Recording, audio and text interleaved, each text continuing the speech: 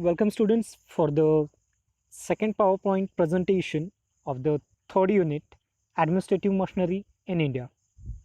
And today's topic is meaning and features of civil services. So civil services are very important. Again further it can be divided into the different central services and state services. So let's see today what are the features, meaning and features of the civil services. So civil service, this term was firstly used by the East India Company when the British came to India and they wanted a manpower for the administrative purpose. And that time East India Company has used first time this civil service word to select the personnel for the higher post, and the British rulers decided to hold the competitive examinations. That means the civil services. Through the competitive exams, they have chosen the different officers for their administrative work. These civil services refers to the permanent executives, which includes chief executive, head of the state, and cabinet headed by the prime minister. In the state, chief executive, whereas the central or the cabinet is headed by the prime minister. Even it also includes administrative officers, ranks and file at a different level. So this is about the civil services. Now there are two kinds of executives. One is political executive and second one is a permanent executive. So there is a difference in between political executive and permanent executive. So let's see what is the difference in between political executive and permanent executive. Political executive is nothing but what the candidates we are choosing by the elections. And permanent executives, these are selected body. Political executive is the elected body, whereas the permanent executive is the selected body. आसान भाषा में समझा ना, political executive यानी जो हम हमारे नेता चुनते हैं वो पॉलिटिकल एग्जीक्यूटिव है, और परमानेंट एग्जीक्यूटिव यानी जो कॉम्पिटिटिव एग्जाम से सिलेक्ट किए जाते हैं वो परमानेंट एग्जीक्यूटिव है. Okay, political executive compromises of President of India to the member of ग्राम पंचायत. यानी पॉलिटिकल एग्जीक्यूटिव प्रेसिडेंट, देश का पहला नागरिक, वहाँ से ग्राम पंचायत के मेंबर तक ये लोग चुने जाते इलेक्शन के बेसिस पर. These are the political executive, whereas the selected body includes cabinet secretary at the top and peon at the bottom from the gram panchayat itself. Selected body में कैबिनेट सेक्रेटरी जो top पे होता है central government में, और peon जो होता है बॉटम लेवल पे. The civil service is subordinate to the political executive and work under its control. लेकिन जो सिविल सर्विसेज रहते हैं, एडमिनिस्ट्रेटिव ऑफिसर्स रहते हैं, उनको जो नेता होते हैं या चुने गए हुए सांसद होते हैं, उनके ऑर्डर सुनने पड़ते हैं. Each minister is in charge of the department. There are different department students you might have seen in the government, like education department, railway department, health and hygiene department, women and child welfare department. So these all the department has a one minister, and that minister is going to give order to his administrative officers or the civil servants. Each minister is in charge of department, and there is a large staff of civil servants to assist him to run the department. Without the civil servants, government cannot carry on the affairs. या अलग अलग से department में अनेक से civil servants रहते हैं. In civil servants के बगैर गवर्नमेंट कुछ भी काम पूरा नहीं हो सकता. सिविल सर्वेंट्स का होना बहुत ही ज़रूरी है. Now let's see the features of civil services. Yes, students, an important question for the 5-mark question. Write the features or explain the features of the civil services. And the minimum 5 points are needed for the 5 marks. Let's see one by one. What are the features of the civil services? First one, hierarchy. Hierarchy, it is nothing but the higher and lower order.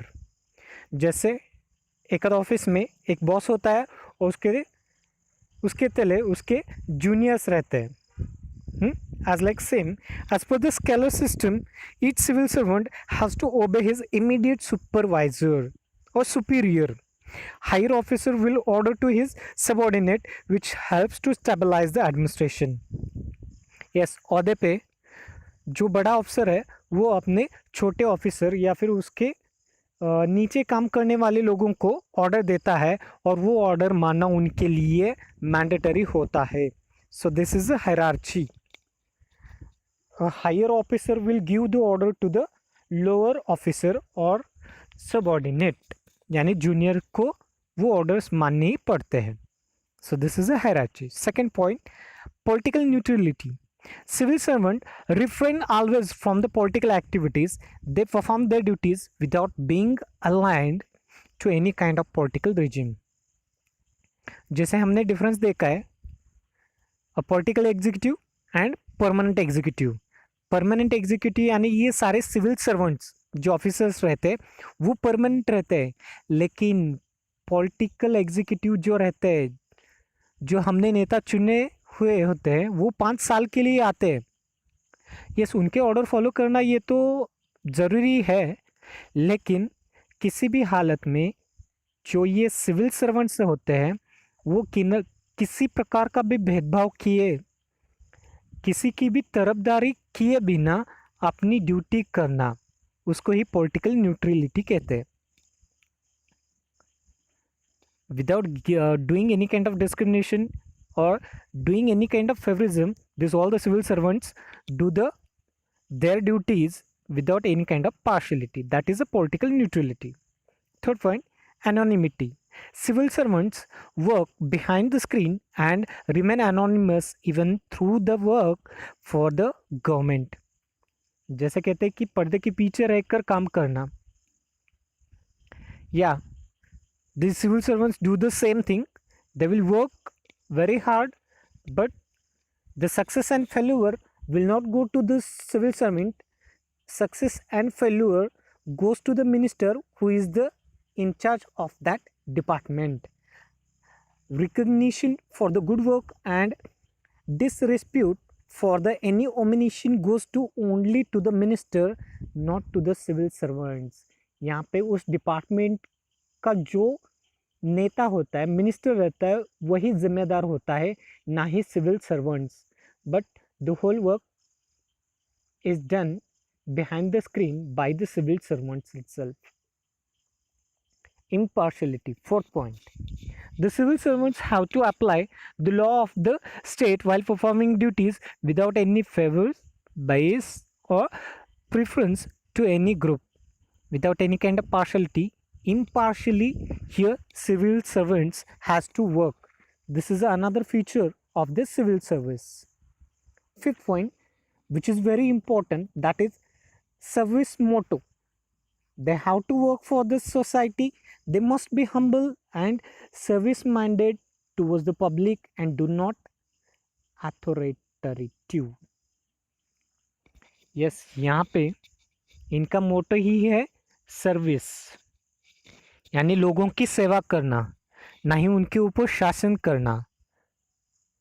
Whenever we go in any one of our government offices, the person should be very humble and very service minded. But we see nowadays the officers are not humble. They behave with the people very rudely and cruelly. It should not happen. They are the public servant. They is to serve to the public.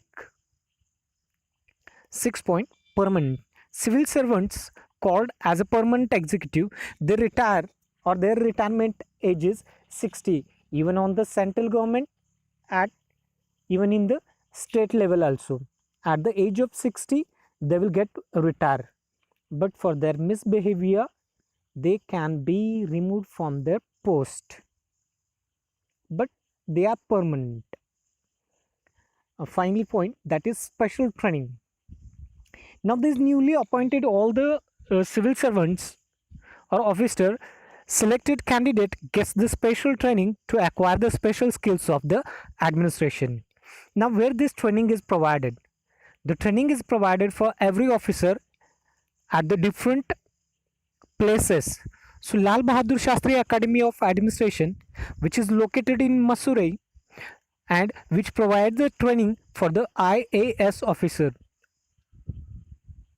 All India services, that is IAS officers, get the training in the Masurai, and that academy name is Lal Bahadur Shastri Academy.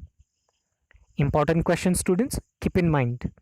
Lal Bahadur Shastri Academy, Masurai, which gives training for the IAS officers.